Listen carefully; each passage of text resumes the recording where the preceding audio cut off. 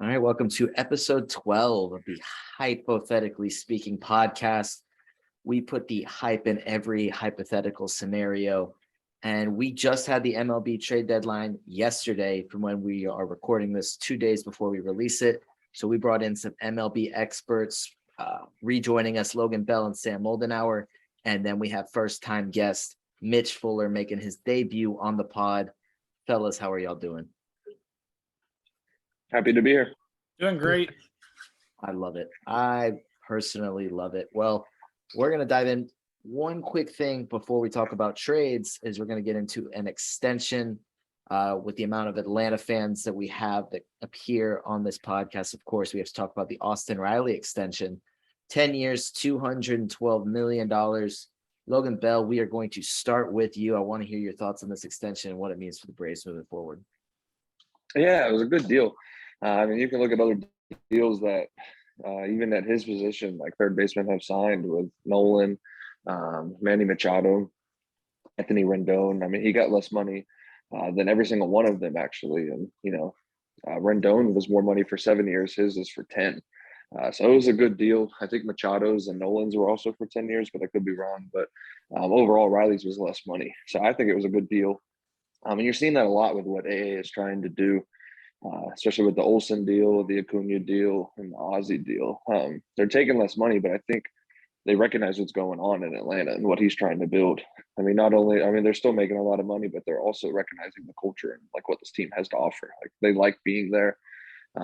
They like the city of Atlanta. They just like the culture that he's building. They can recognize that he's just not building something for like a year or two. He's locking up the core and he's really trying to build a dynasty. And they're okay with, taking 20, 30 million less over 10 years. To be at a place where they really want to be, in a place that does feel like home. Yeah, Mitch, we talked about it a little bit beforehand about, I guess what Logan kind of alluded to is that some Braves players are taking less money to stay and play in Atlanta. I guess could you just kind of expand on what that means for the team and for Austin Riley specifically with this deal? Yeah, for sure. I mean, this is, again, like we talked about, this kind of been the trend over the past 5 or 6 years. We've seen this influx of really young talent. We had our kind of rebuilding years, but then we got, Ozzie and Acuna and, these guys like this, Austin Riley. We're still waiting, on Dansby. I hope we can get a deal done with Dansby and lock up our infield for a significant period of time. But that's the thing with those guys, with Acuna taking less money than he probably could have gotten somewhere else. Ozzie taking less money than he could have gotten somewhere else. Now Olsen and Austin Riley taking less money than he could have gotten somewhere else. We're setting the table for extending Dansby. We're setting the table for extending Max Fried, who is in the final year of his contract, if I'm not mistaken. So it really, again, it's solidifying that core and give us, 2 years. If we say we do get Dansby and Max Fried extended, and we have an incredible young core of guys. We already have an incredible young core. We just came off a World Series win. Now, obviously, we lost an MVP caliber player in Freddie Freeman, one of the best to ever put on a Braves uniform. And we hate that. But, Matt Olson has stepped in and played wonderfully. So, I think that, like Logan said, it's the culture that's being built here that is just different than we've seen in years past. This core is going to be scary for a long time. Just seeing how Austin Riley's gotten better every year, and this year is a borderline MVP caliber season. It means a lot to this team and to these fans as well, to continue to show support for this team too. Yeah, absolutely. And Sam, we care about your opinion significantly less since you're a Phillies fan, but I do want to hear your insight on this extension. It's unfortunate for me. It's good for the Braves. He still had 3 years left of arbitration, so they took care of those 3 years. didn't want to mess around with that. And then obviously the ultimate goal was to sign him long term. Average annual value ended up being around $22 million a year, similar to Matt Olson. So yeah, the Braves, I mean, this seems like what they're kind of trending towards doing is just signing their younger core earlier on into their team control, just to really lock in. I think it's obviously it's good for the Braves. He's developed extremely well. Like Mitch talked about, he's been an MVP caliber player for this year, last year. So definitely an excellent bat. Fielding is still coming along. He's I would say he's above average fielder even at third base. So really really good player that I mean I just am not looking forward to going up against for the next 10 years. But yeah, I mean the Braves are, I know the Mets are the Mets and like they are a bigger market, spent a ton of money, got a lot of big names, but the Mets aren't the team that I'm worried about in the future. It's pretty much always been the Braves ever since. I mean, ever since really getting Acuna, Albies, and signing both of them to long-term deals. The Braves have been the top of this division, and I don't really think it's been that much of a question. So the Braves are still the pinnacle of the NL East. I am going to have that position until several things collapse, which seems very unlikely, or until the Phillies beat them in the playoffs. Yeah. Well, the Braves are currently 3 games back of the Mets right now for the division. So we'll see if they're able to get another division crown or if the Mets are able to force them into the wild card. But we'll move into some trades now that they are all officially done until after the season. Last episode we did on the MLB, we kind of previewed, kind of saw like what we thought about Juan Soto trades. And based on everything that we had read, looks like we were right. And that's kind of what we talked about Juan Soto ending up with the Padres. Him and Josh Bell were traded for 6 players. Sam, I want to hear your analysis on the value of this trade. It's good value. I talked about it in the last episode. It would be very difficult to get what would be viewed as a fair value trade for Juan Soto, considering the player that he is.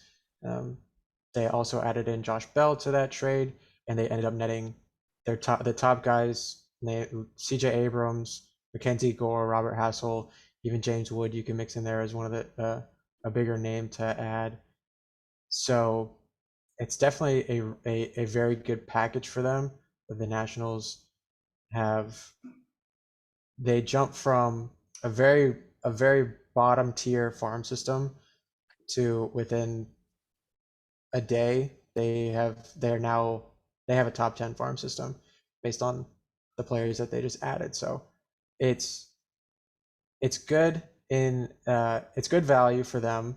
As a fan, it's unfortunate for the Nationals, right? Because you lost Juan Soto, probably you could some argue the best player in baseball. You're getting back a lot of prospects that are not guarantees, but they are highly touted. So I'm interested to see how this Nationals team develops now that they have a lot of these top prospects and some other guys like Luis Garcia, who is already there, who's a younger guy who's looking like he's got some good potential. If all these guys pan out, it's going to be it could be very difficult dealing with them in the NL East. And then for the Padres, I mean, geez, the Padres are known for going all in when they want a guy. And like I talked about in the last episode, this was the package that I envisioned. It's CJ Abrams, Mackenzie Gore, probably Robert Hassel is going to be in there. And then you're looking at 2 or 3 other guys, probably somebody who's in the majors right now, which it was Eric Hosmer. Hosmer then denied that, but we'll get into that later. So Luke Voit ended up going there. Have to feel bad for Luke Voit because he goes from a great baseball talent that looks like they're headed for a lot of fun in the playoffs to now he's playing for the Washington Nationals, who are 30 games back in their own division. So sucks for him, but I think it's if this was their plan that they just weren't going to offer Juan Soto, then I think it's a pretty good trade for them. Yeah. And I think I read that Juan Soto was the first guy that was younger than 24 that was traded in the same season after making an all-star game in like any major sport. Mitch, what if like the Nationals obviously just gave up a franchise player? What can we expect? I guess moving forward, we don't even probably care about the rest of the season, but when do we think that the Nationals can become relevant again? I think that's a great question. Unfortunately for the Nationals, they're in a tough division. The Braves, obviously, we just talked about how the Braves have locked up most of their young core, pretty much all of it. And the Phillies made a lot of moves in this before this trade deadline that some of which we'll talk about. And the Mets obviously also made a lot of big moves this past season. So it's going to be tough for the Nationals to break in to the top of this division anytime within the next 3 years. I don't think they can. I don't think they have a lot of young talent, but that talent's not going to be ready to make that type of move. I don't think we're talking 2026 or 7 at the earliest, I believe. I do like the haul they got for these guys, CJ Abrams, Mackenzie Gore. Mackenzie Gore flashed some great stuff early this season. He looked like the prospect we thought he was going to be at times. And then at times he had a bad game or two. He had 2 blow-up games in June, I believe. But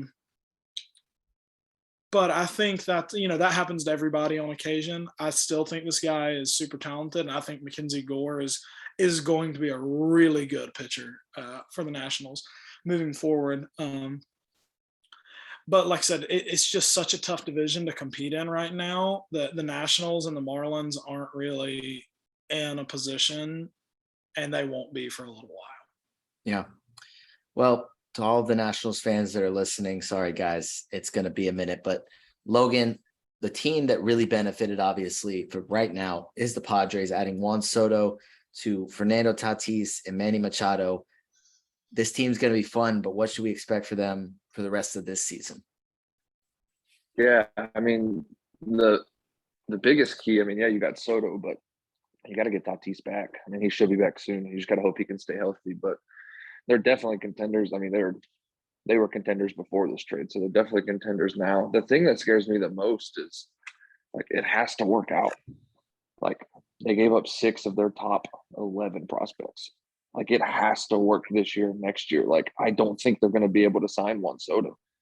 He's going to get at least $500 million. I'm sure only the Dodgers and the Yankees can give him that in 2 years. Or 2.5 years, the rest of this year and 2 more. It has to work. That's the only thing that makes me nervous. I think it very well could work. Him, Tatis, and Machado, it's a pretty good big 3. And the rest of their team's pretty solid as well, especially since they got Joe Hader, which I know we'll talk more about later. But I think there's a good chance it works. I expect them to. I wouldn't be surprised if they're in the World Series. That kind of hurts to say as a Braves fan, but I'm also not going to be surprised if they don't make it. But they're definitely going to be one of those final 3-4 teams that are at the end. But yeah, they gave up a ton. But obviously they got a generational player, but their future's hurting a little bit with everything that they gave up. And they've got 2.5 years with him, in my opinion, which is obviously awesome. But I don't bank on them signing him long term, so it's got to work out for them. As far as the Nationals, it's a big trade, but I didn't care what the return was. I figured it was going to be a good move for the Nationals. They had to trade him. There literally wasn't another option. You threw $400 million at him twice, and he said no. He was walking. And the return that they got was very good. Just like Sam and Mitch had mentioned, with all the prospects that they got, the return was great. But I wasn't surprised at all that it happened. And like Sam said, the Padres are a team that normally will go all in for a guy that they want, so they just got to hope it works. But the Nationals were in a really bad spot because you had to get something for him. At the end of the day, you look even more like a fool if you just let him walk at the end of the year and got nothing for him. So I think it was a good move all around, and I'm excited. Just as a baseball fan, the Padres are going to be a really fun team to watch. Yeah. Well, that was the big trade of the trade deadline, but there's still plenty more that'll have a huge impact on the rest of this season and to the future. Mitch, Logan mentioned that the Padres also acquired Josh Hader, gave up a reliever in Taylor Rogers and a few other guys. What were kind of your thoughts on that deal? Unless we lost. Yeah, so Hader, what'd you say? You just kind of froze for a second. Sorry, my bad. You're all good, man. Hader is definitely a guy. Again, you can see that they're moving to try to make this happen sooner rather than later. Because Machado, I can't remember exactly how old Machado is, but he's in his mid-30s, I believe, 33, 34. I think when I looked it up, he's exactly 30. Yeah. Is he really only 30? Yeah, he just turned 30. I'm stupid. Wow. Okay. He signed that. I remember because he signed that 10-year, $300 million the same time Bryce Harper did. They came in free agency at 26 years old. Dang. How long did man? Ooh. Okay. Never mind then.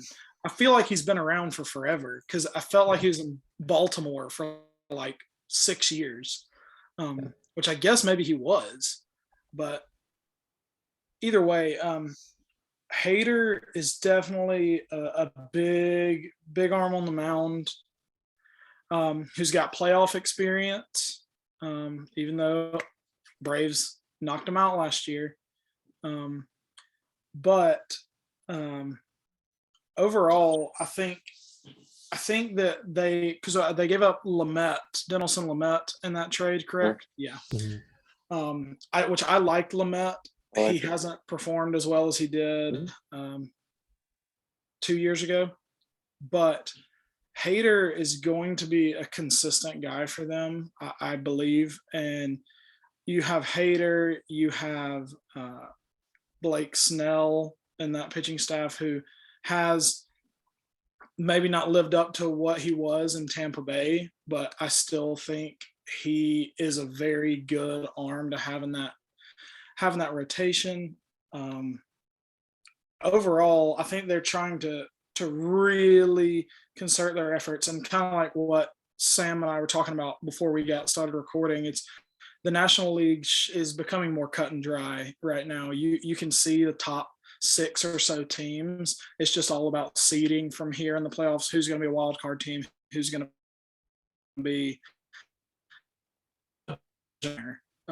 and the Padres are definitely, they're behind the Dodgers right now, but with these moves, you never know. When they get Tatis back, if he comes in swinging the bat hot, you really never know what happens. They are as dangerous as any team, and adding Hader to the mound is huge for them, I think. Yeah. Logan, can you kind of add in on this deal specifically, the value of it maybe a little bit, and then kind of talk to me a little bit more about how good the Padres can be? Yeah, no, I mean, like Mitch said, they went all in. Like, they want this to happen sooner rather than later. I think it makes the Padres better, obviously, but I mean, look at last year with the Braves sent him home. I'm pretty sure if you go back 3 years, pretty sure he was the pitcher that the Nationals ended up hitting pretty well late in the game, and sending them home on the way to their World Championship run. So yeah, he's good, but you've also seen him not be good twice on the biggest stage. So, I mean, I'm not going to say obviously it doesn't hurt their team. But the Soto thing, I think, had way more of an impact than Josh Hader does. But I'm obviously a bias because I've seen what Hader has done in the playoffs, and it wasn't always great. But again, it gets them closer to the Dodgers. I think it's more so, I don't know.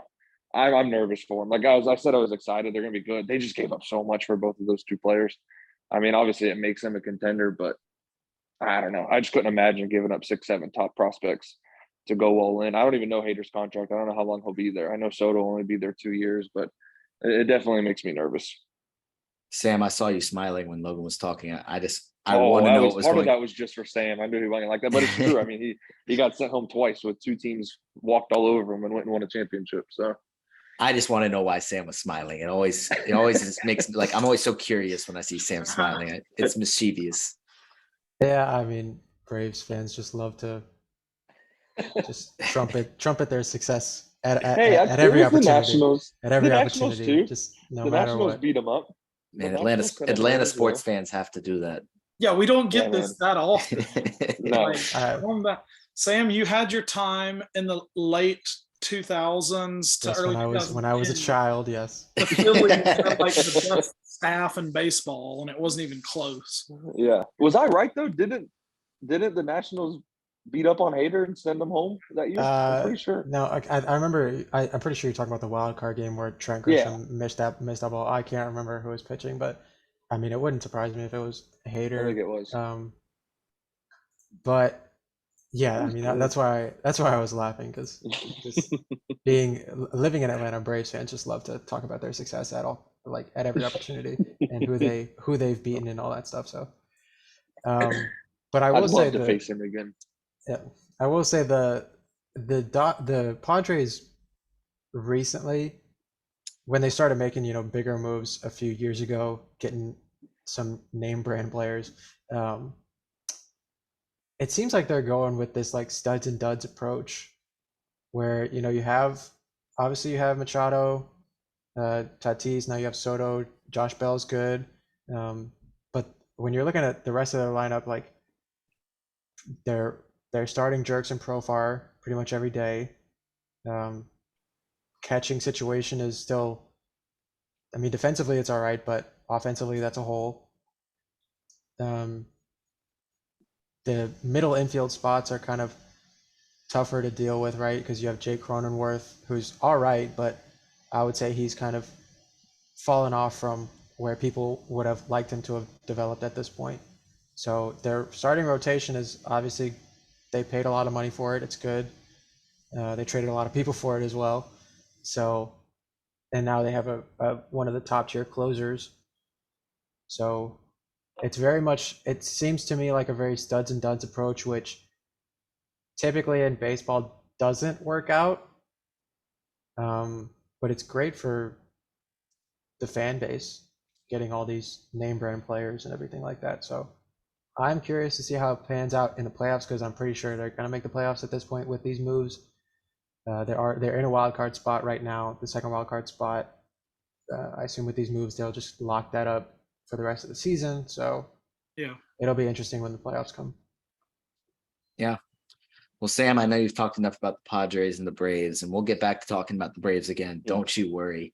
But I'm going to give you a chance to talk about your team, because the Phillies traded for Noah Syndergaard, gave up former number one pick.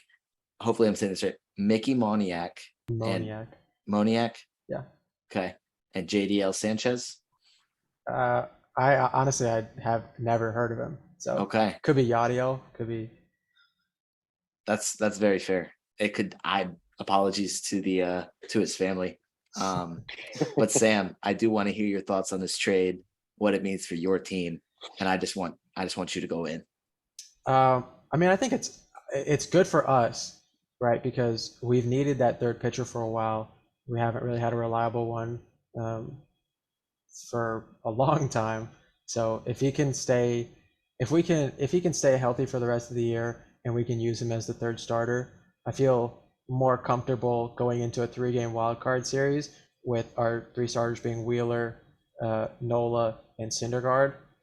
There are some concerns with his longevity, like how long can he go in games. The Angels used him very cautiously, starting him on extra days rest fairly frequently, and he did go deeper into games when he was out there, and when he got deeper into the games, the third time through the lineup is typically difficult for pitchers, but he was one among the league leaders in opponents' slugging percentage the third time through the batting order, so that's a positive. And as far as the people that we gave up, Mickey Moniak, everybody knows 101, 2017 draft, has not panned out at all. He's soon to be, or he is 24. He's done pretty well in AAA this year, but when he did well in spring training, and before he hurt his hand in spring training, I thought he was going to get another opportunity at the starting spot in center field, but he got hurt, and then when they've tried to bring him up, it's been the same old Mickey Moniak. The guy just can't hit. Hitting very well in AAA, so could be one of those quadruple A players who is good in AAA, doesn't pan out in the majors. So I think it's at this point he's not in our future plans. So I'm fine with moving on from him. Hasn't shown us anything. So and then the other guy, if it's Yadiel Sanchez, 21-year-old guy, 21-year-old outfielder in low A ball, not much investment there. Probably we'll never hear about him again. So I like the move for us. It really defines where this team is going. With Dave Dombrowski, we're trying to make it to the playoffs with having one of the longest playoff droughts in MLB history right now. Well, among the active teams, like I believe it's us and the Mariners who have the longest playoff droughts.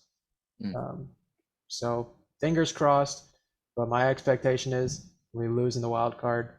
And if we make it to that wild card series, I'll be happy because I'm finally experiencing playoff baseball. I love it, man. That sounds like a really inspirational story to me. It sounds like it's really moving you. Just a chance at playoff baseball, and I love it. I really might cry.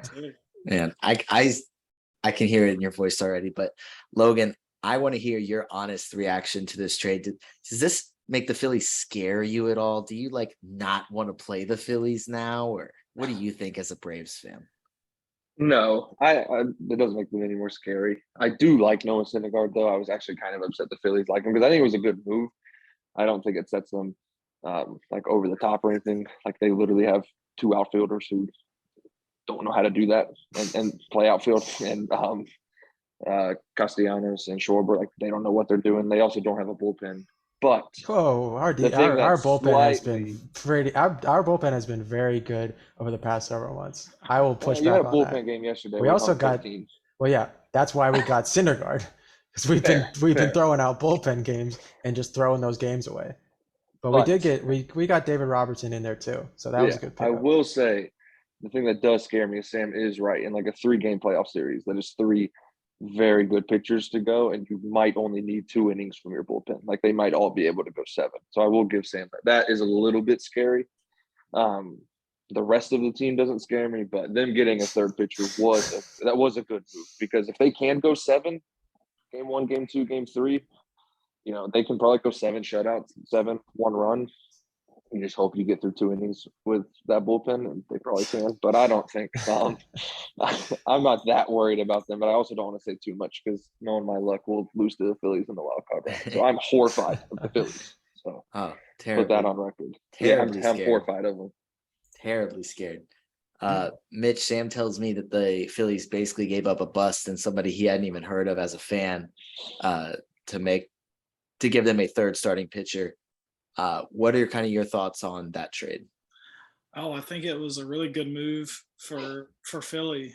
Noah Syndergaard has obviously we know he's been injured. He's missed a lot of time throughout his career. But there's other times when he is as good as anybody else on the mound. There are times when he's unhittable.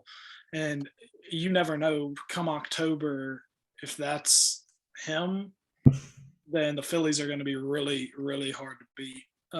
If he's throwing, like Logan said, if he's throwing 7 scoreless innings, I mean, that's going to be very difficult to beat, especially, you know, having some solid bats in their lineup. I will say Logan pointed out 2 outfielders who don't know how to play outfield. They did also acquire Brandon Marsh from the Angels, who Gico boy, he went to Buford. Anyway, Brandon Marsh, I think, will probably play pretty regularly, if not start for them, and then move somebody to DH. Yeah, so just because I am the Phillies fan here, so it'll be Harper in the DH because he hurt his thumb, so and he's also got the torn UCL, so he can't really throw that much.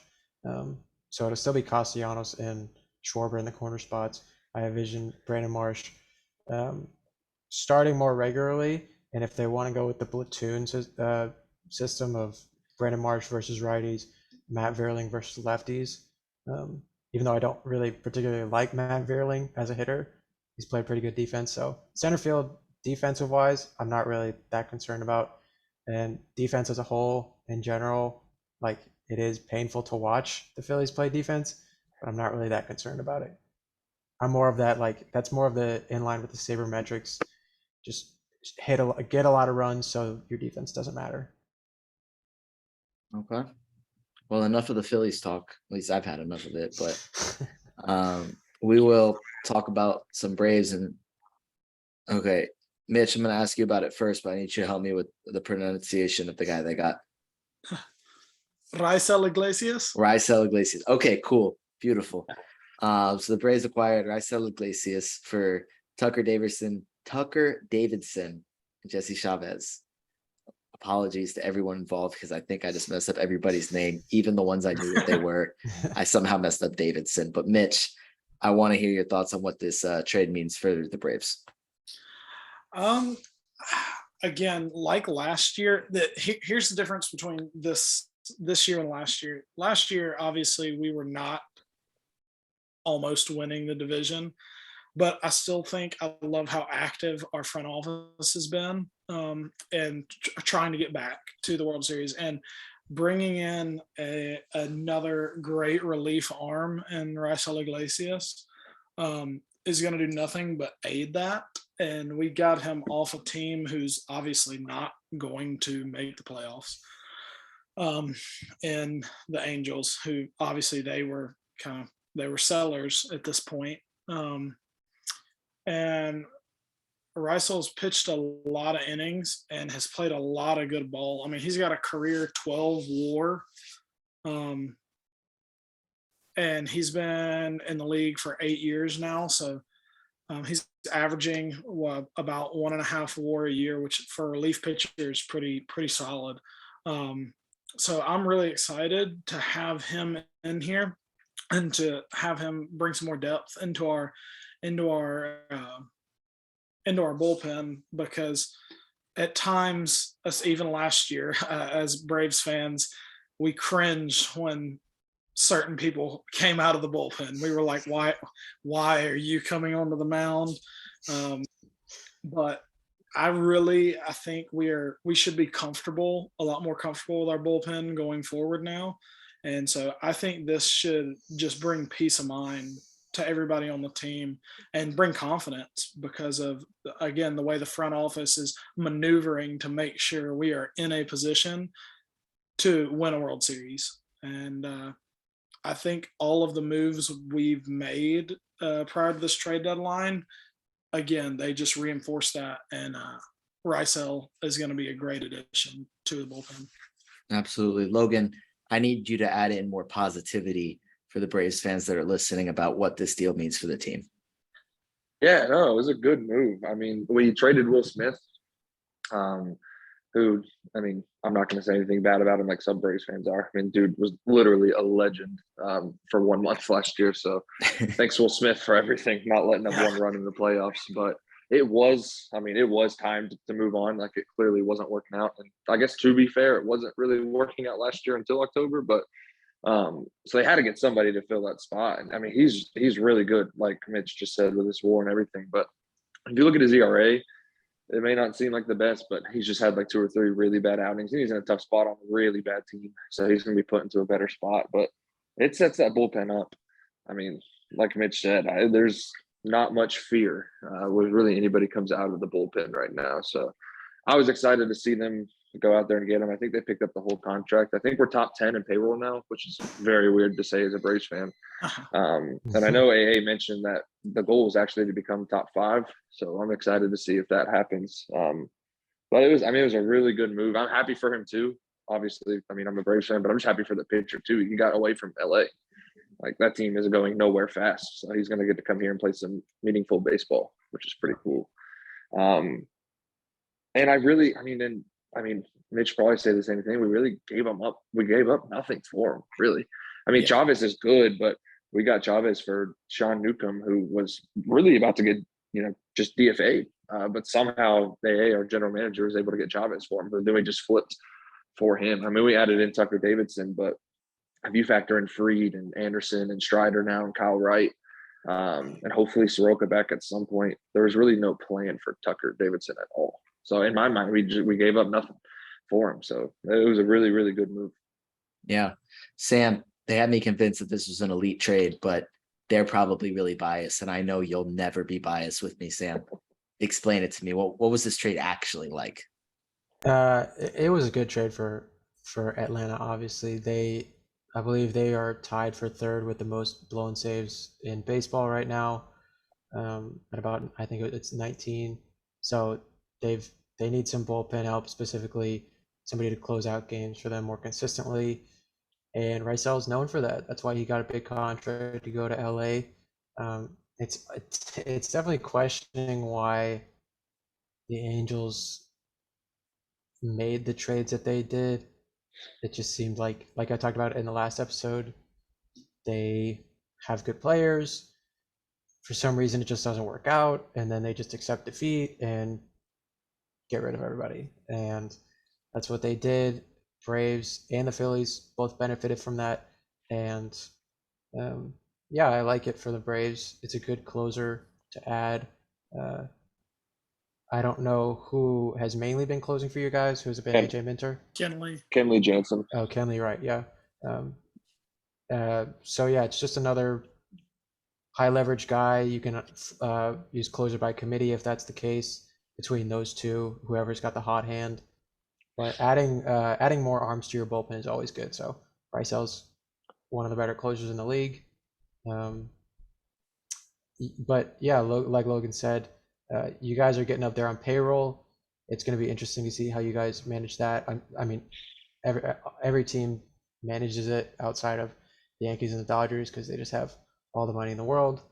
So some teams just are very determined to stay under that threshold. So I'm interested to see what team you guys are, because you guys haven't really had that necessity to get that high of a payroll. So Shout out the battery, man.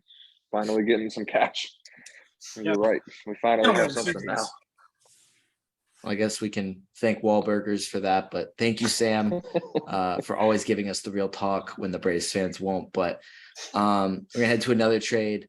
Sam mentioned that the Phillies are trying to end their playoff drought, and the other team that he mentioned was the Mariners, who just made the trade for Luis Castillo.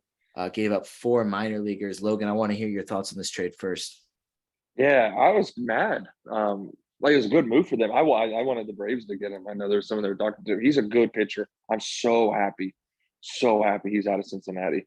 He's just fun to watch, and it's going to be awesome to see him on a good team. So the Mariners needed a little bit more pitching, and I mean they should be in the playoffs, and it should be fun to see him pitch in a meaningful game. So that was a really, really good move. He was definitely like a player that was locked to be traded. It was just a matter of who. So it wasn't surprising to see him be on the move, but I'm really happy for him. And that's a big move for the Mariners for sure. Yeah, Sam, can you add in and just tell me exactly how, like Logan said, it's a big move, but like, can you add in and show me how big of a move? If this is the biggest, it's probably that big. It's definitely a good move for them, but they did have to pay a lot to get him, in my opinion. They gave up 4 prospects, I believe, namely Noelvi Marte, who was, I believe, their top prospect in their system. He's been one of the higher rated prospects in all of baseball for the past year or two now. And as far as ceiling goes, I mean, he's soon to be 21 in high A ball already. So he's 20 years old in high A, which means he's about 2 or 3 years younger than the average high A ball player is. So he's performing extremely well, given the level of competition that he's at. I think he has a 5-tool skill set. He can hit. He's shown that he can hit for power at the lower levels right now. Given his, I believe he's I don't even think he's 6 foot, so he's still hitting for power. Given a smaller frame than in relative terms, he can field. He's going to stick at shortstop.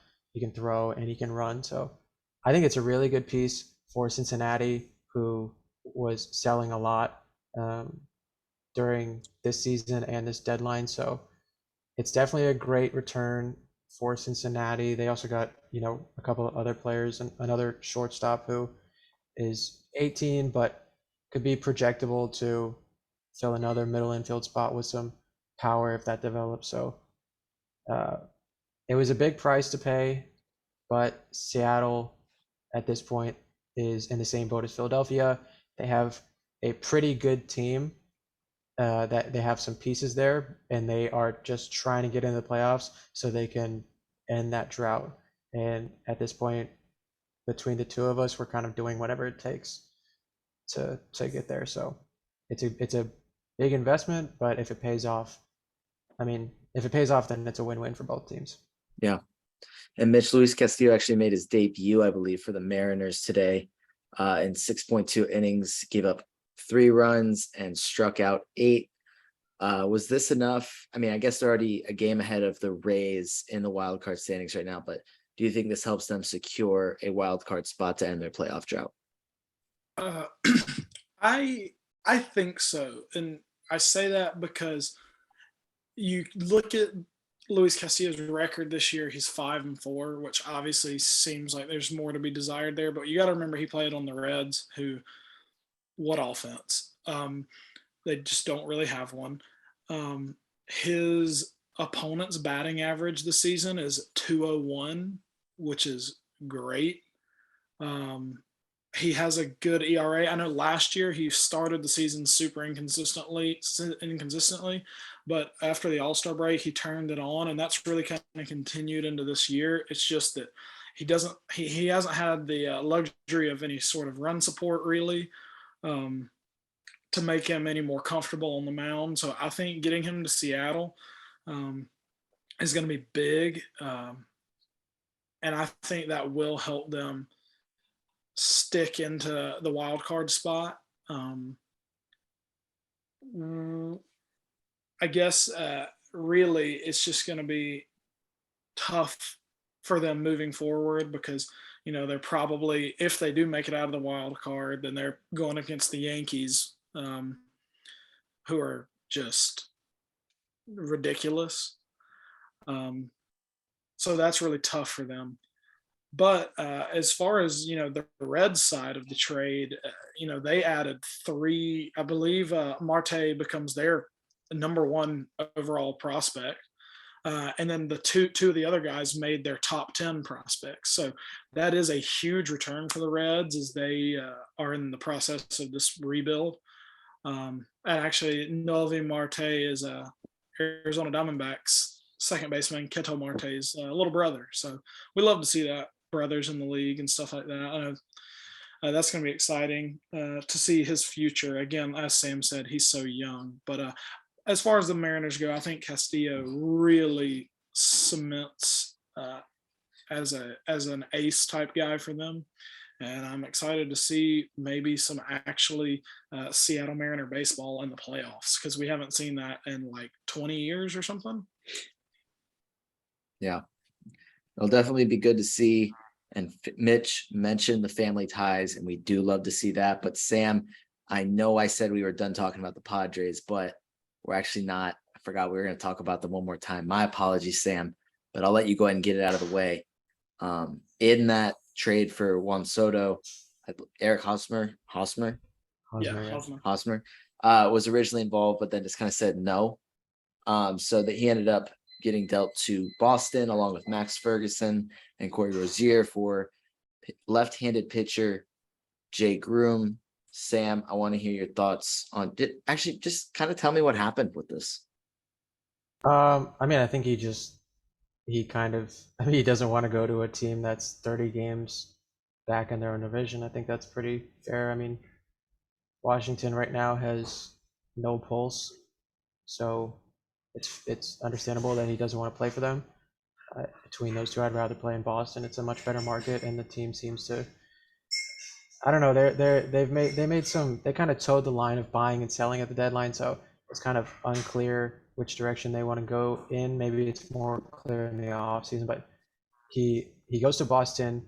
San Diego picks up the majority of the contract that he has left. It's about $44 million over the next few years. So San Diego picks up the majority of that, and because of that, they get Jake Groom, a left-handed prospect in return, a left-handed pitching prospect.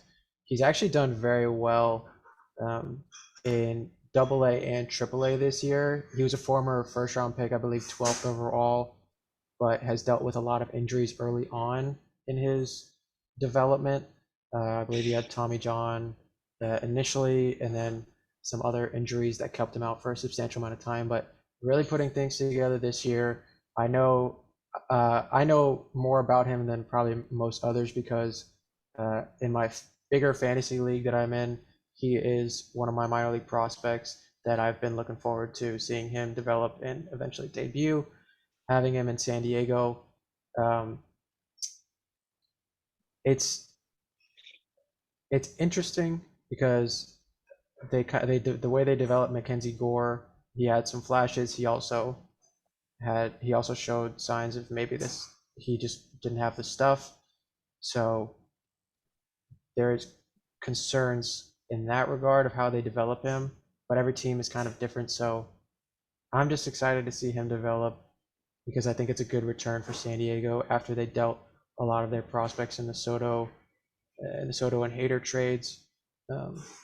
So yeah, I think it's a good deal for both sides because Hosmer now can platoon with Bobby Dahlbeck at first base because they've been trying to look for some better defense at first base with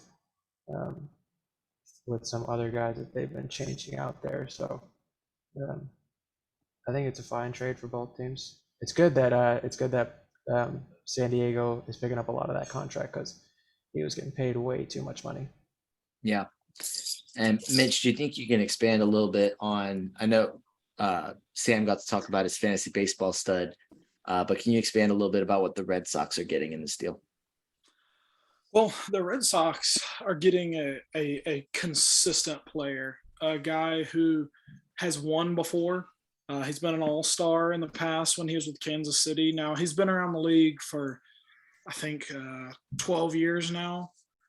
So he's definitely not a super young guy, but man, he's again defensively a really solid first baseman, and has been a good career hitter. I mean, he's a career 277 guy. He's batting 272 this year. He's hit 8 homers, which isn't a ton, but he gives you a little bit of power in the lineup as well. But again, I think more than anything, like he generally doesn't miss a ton of games. I mean, he's played over 150 games, 7 out of 12 years. So you're getting a guy with a lot of experience. You're getting a guy who is gonna be on the field when you need him to be on the field, and just an overall just a solid player. I think he's going to be a good clubhouse guy for the Red Sox, even though he has never been on the Red Sox before. He's new to the clubhouse. I think immediately he comes in as a leader and somebody to be respected. And so I really think it's a really solid move for the Red Sox. I think again in the development of Bobby Dahlbeck, I think Hosmer can help him a lot. Yeah. And Logan, so Mitch said this is a good deal for Boston, but Boston's sitting last in the division. Like, is this enough to maybe give them some juice, or are they sticking where they are? Do we care about Boston sports? I know we'd love to see Boston sports do bad, but are we just going to be able to continue to see that this season? Please tell me we can. I think so. I mean, it was a good move, I guess. They needed like a real first baseman. They finally have kind of like they have somebody who can be a true first baseman every single day, but they're in a weird spot. Kind of like Sam said, like they bought and sold, and you really got to do one or it's not really going to work out. And they're just even in a weirder spot if you think about how they were 2 wins away from the World Series last year. Like we were that close to playing them. They lost in Game 6 to the Astros. They just haven't been the same team. Doesn't feel like they have any of that magic this year. And like you said, they're at the bottom of the standings. So I don't think it can work out. I mean, obviously they have plenty of time to turn it around. I think it was a good move for them. Like I said, it got them their first baseman, and I think it was something the Padres they had to do. I mean, Josh Bell's a great baseball player, and you trading for him, he's obviously going to be your first baseman. So I think it was a good move for both sides. I just don't know. I don't think it sets them over the top or anything. And I'm not going to be surprised at all if they get left out of the playoffs. I will love to say- hear that. I will say they're 3 games back of the wild card, so the other Yeah, They're that's- teams, there. the Yeah. other That's what I teams was about involved to in say. there are the White Sox are a game above them, Baltimore a game and a half, and Cleveland is 1 game back of the wild card. So among those teams, I mean, the 3 of those, Baltimore we know sold, Cleveland, Don't disrespect Noah's O's, man. Yeah, That's come they on, Noah's man. Orioles. but they Please but they did relax. sell, they did sell, We'll get into it. and Cleveland didn't really do much. White Sox didn't really do anything at all. So among those teams, Boston was the most active, and those are really the 4 teams vying for that last wild card spot. So if things break right for them in the second half of the season, they could climb into that 3rd wild card spot. So anything could happen. Yeah, I'm glad you said that. I just couldn't say that about a Boston team. You're not wrong. So thank you for saying that. So I didn't have I mean, to. I like Fenway in Fenway's October. cool. I like Fenway in October. It's always good. Yeah, I'll add to that just real quick. Yeah, I was about to say, they're only a few games back of the wild card, and with a veteran move like that, it could definitely spring them in there. And I'm not gonna say, Eovaldi missed some time on the mound, and they finally got him back, and I think they're definitely in a position to make some moves and get into the wild card. Now it sucks that you're still having to play the Yankees a bunch, and they're probably going to beat you a bunch. But they're last in their division, and they're at 500. So think about that a second. At this point last year, the Braves were at 500, and look what happened.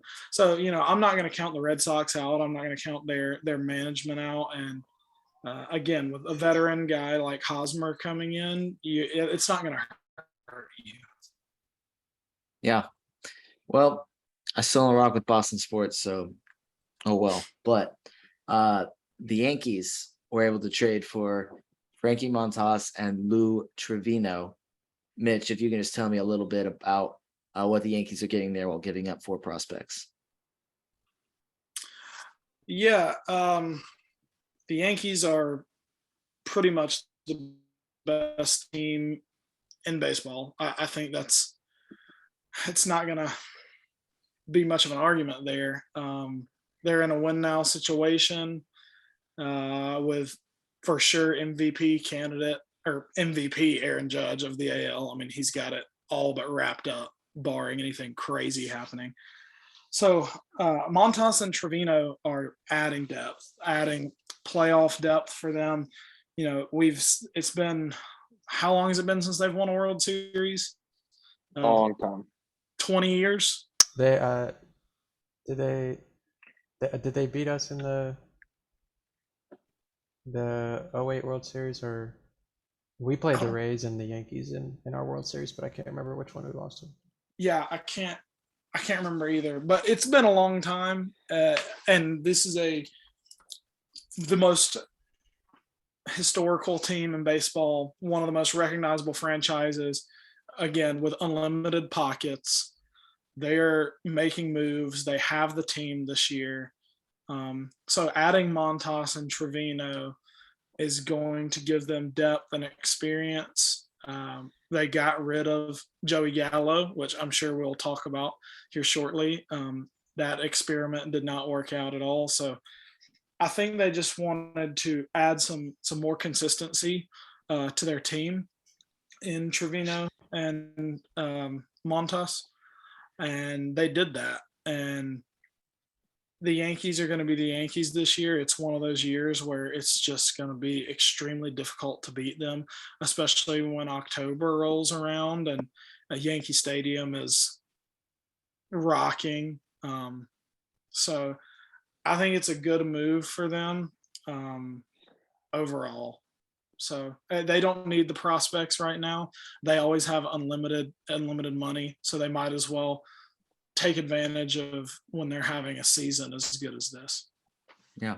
And I just looked it up. The Yankees did win the World Series in 2009, beat the Phillies. Sorry, Sam, but I will still ask you to tell me a little bit about this trade, even though I'm sure you're still a little bit upset about that World Series.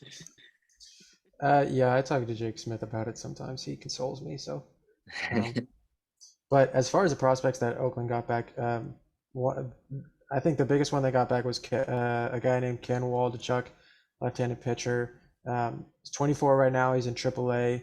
I don't imagine the A's will bring him up this year to get him some experience. But I do envision him being somewhere in that starting rotation next year. The Yankees are good at developing pitching, so being in the Yankees organization, he's developed extremely well. Projects to be either a 4 or 5 guy in the rotation with a probably he could if he hits his absolute ceiling, he could probably be a back end 3. Um, so I think that's a pretty good return. They also got a guy named Luis Medina, who he struggled with command pretty much his whole career, but he's got great stuff. So that'll be a good bullpen guy for them. JP Sears, another left-handed pitcher. He's closer to this than some of the other ones, and I like Sears. I think he's similar to Waldichuk, maybe a little bit of a downgrade, but he could fit in towards the back end of a rotation.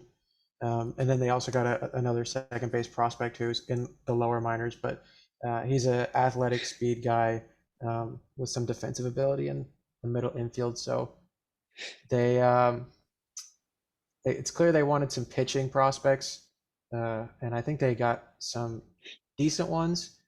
Uh, I don't know. I think for Montas, it's kind of a little bit of a disappointing return because Montas has a lot of team control and he's been pretty good for a pretty bad team.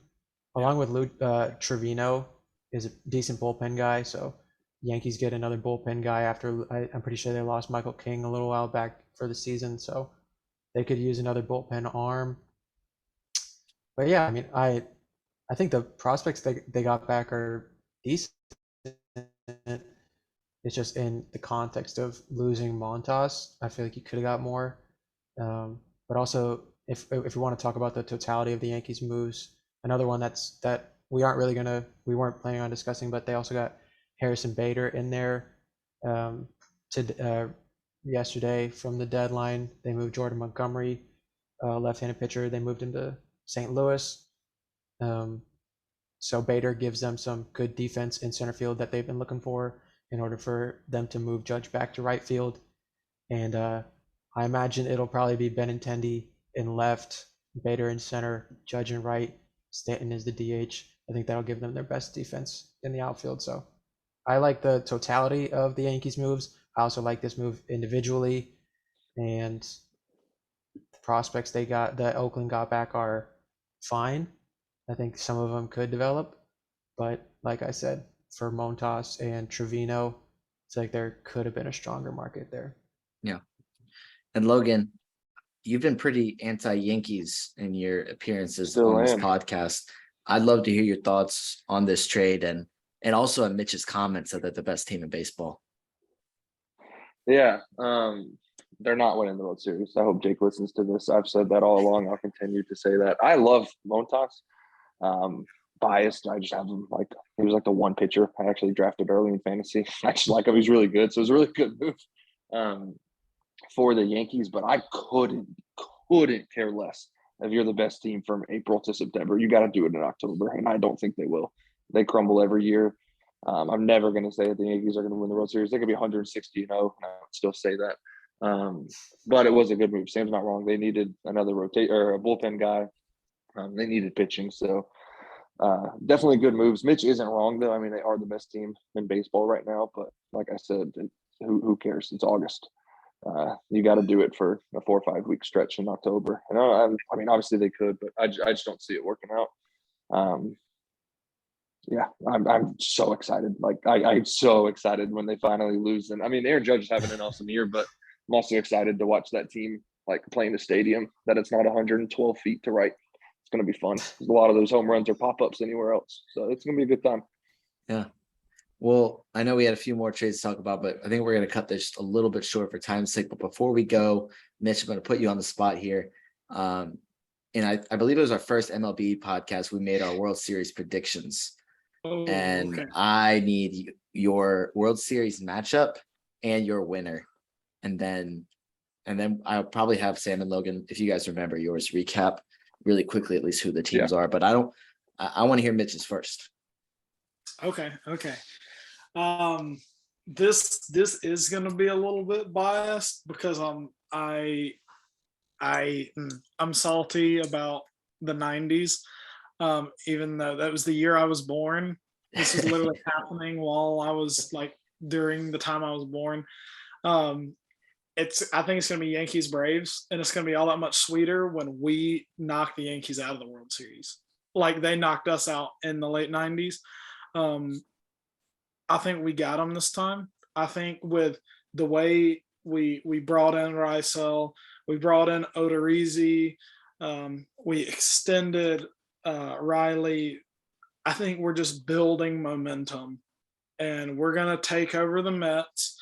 We got them coming in to Atlanta in 12 days. And so we've got 5 this weekend against them. Yeah, we got 5 this weekend, and then we got 4 the 15th, 16th, 17th, and 18th. So there's going to be a lot of shifting in standings, I think, over these next 2.5 weeks or so. And so I think the Braves are going to be hot, ready to go for the playoffs to make a run at defending this title. I think it's going to be Braves, Yankees in the World Series. And I'm going to say it's 1 for the books, but we take it in 7. Ooh, that sounds like it's going to break my friend Jake Smith's heart. Sorry, Jake. We're trying to find somebody. We're trying to find somebody on the podcast that actually likes the Yankees, but we haven't found anybody yet that wants to pick the Yankees. Because Mitch, I don't know if you know this, but the first MLB podcast we did, I became an Orioles fan and ended up picking the Orioles to beat the Braves in the World Series. Oh, because they won like 10 in a row, and then everybody's like, yeah, no, that streak's actually ending today, and then it did. But I became a fan. So, Sam, what was your World Series prediction? I think it was Dodgers Yankees. Okay. And I think you didn't have the Yankees winning because nobody had the Yankees winning, so you must have I'm pretty had sure I the had the Dodgers. Dodgers winning, but I'm trying to decide if that's You still can't what I want to change it. go with. You got to Yeah, stay no, with you it. gotta stick to your guts. I'm gonna have it was Dodgers Yankees, and I had Dodgers winning.